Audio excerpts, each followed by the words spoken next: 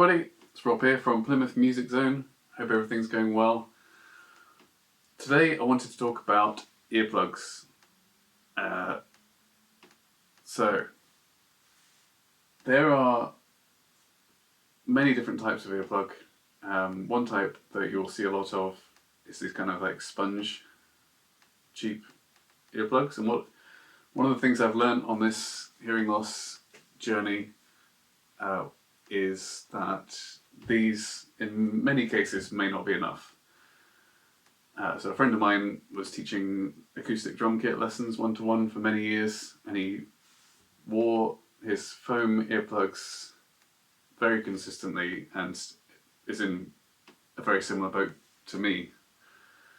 I sometimes wore these, but not overly consistently, but the type of noise that we were making was too much for these by quite some margin. So I think the standard foam earplug will reduce your sound by something like 5 decibels.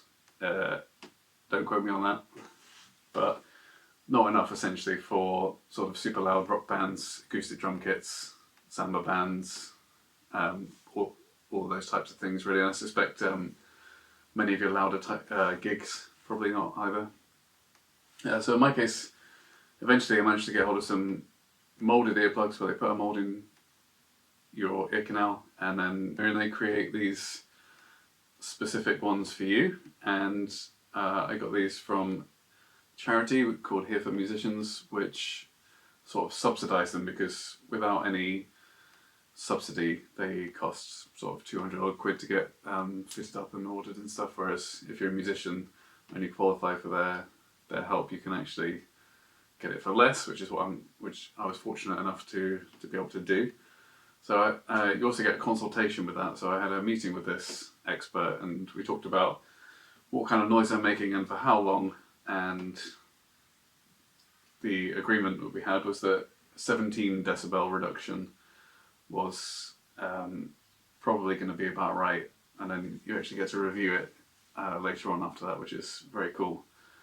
So I definitely would recommend the investment in getting proper earplugs, because for me I didn't like wearing these. I think many people have that actually. They're not actually very comfortable. They make everything sound awful.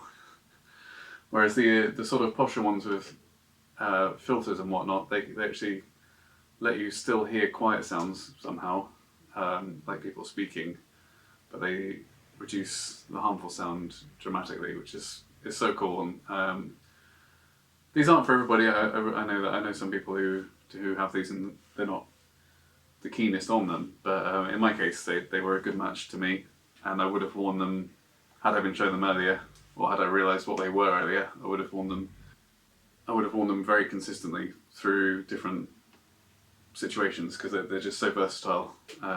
Really happy with those, so definitely recommend. The over-ear protectors, there was a similar sort of situation with those, in that there are some super cheap ones which sound awful, are uncomfortable, and if you think about that, that's kind of going to dissuade you from wearing them. Whereas perhaps if you spend a bit more, you get something more comfortable, and again, the right level of reduction for what you're doing.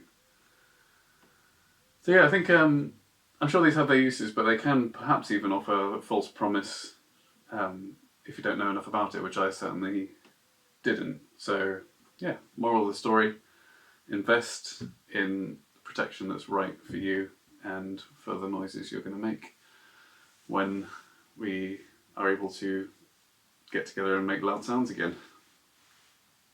That's it for today. I will see you next time. Take care. Bye.